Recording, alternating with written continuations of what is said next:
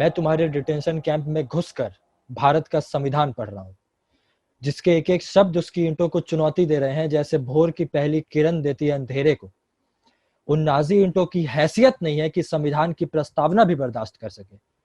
मुझे संविधान पढ़ने की भी जरूरत नहीं है, उसके पन्ने पलटने से ही तुम्हारे डिटेंशन कैंप ताश के पत्तों की तरह ढह कर मलबे के ढेर में तब्दील हो जाएंगे और मैं उस मलबे के ढेर पर खड़े होकर भारत का संविधान पढ़ूंगा।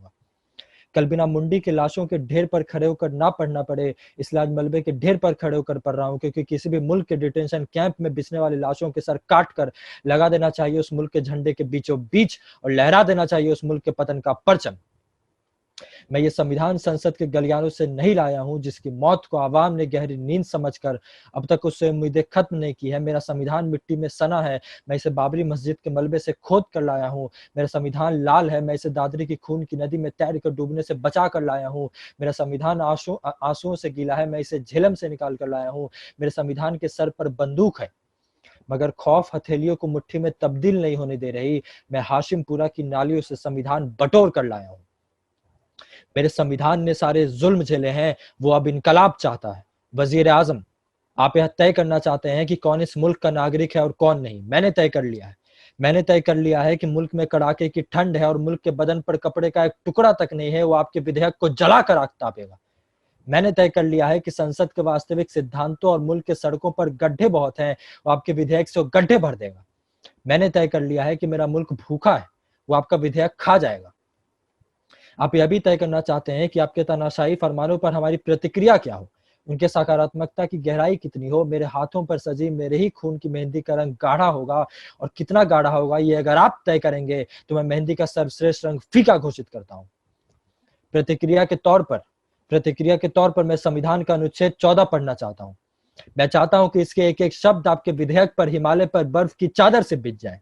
राज्य, भारत के राज्य क्षेत्र में किसी भी व्यक्ति को विधियों के समक्ष समता से या विधियों के समान संरक्षण से वंचित नहीं करेगा। मैं चाहता हूं कि जब नागरिकता के कागजात मांगे जाएं तो इस अनुच्छेद के पन्ने भेजे जाएं।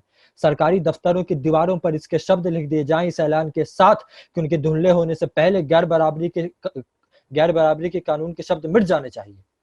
मैं महामहिम को नया कलम भेंट करना चाहता हूं। कल रात नए कानून पर दस्तखत करने के साथ ही उनके कलम के निब और बिस्मिल अशफाक के सपनों के टूटने की आवाज अब तक मुल्क में गूंज रही है। मगर मुल्क का हर इंसान बेचैन क्यों नहीं है? मैं चाहता हूं कि समानता के सारे चिन्ह मिटा दिए जाएं, सरसों के फूलों से उनके पीले रंग छीन लिए जाएं, आसमान से उसका नीला रंग छीन लिया जाए और इन सबको संविधान के सिद्धांतों के खून में रंग दिया जाए। और हर उस चीज को जिसने आवाम की चेतना पर सामान्यता की परत चढ़ा रखी है। मैं पसीने की बूंदों को भी लाल में बदलते हुए देखना चाहता हूं।